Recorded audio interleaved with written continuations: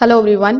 If you are seeing the PS4 error code CE419026 while connecting a USB device or external storage, then this video is going to show you the exact fixes that are working in 2026. Now, this particular error usually appears when the USB device is not supported.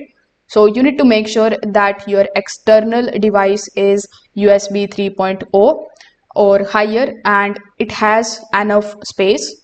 Also, avoid using damaged or very old USB drives.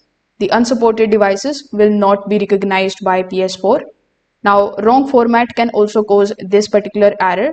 So you need to connect your USB to a computer and you need to format it to EXFAT, or you need to basically format it to FAT32.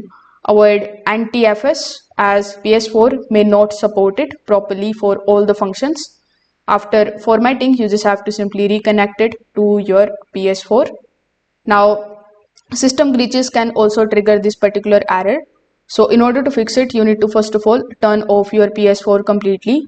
Afterwards, simply press and hold the power button until you hear two beeps in order to enter into the safe mode.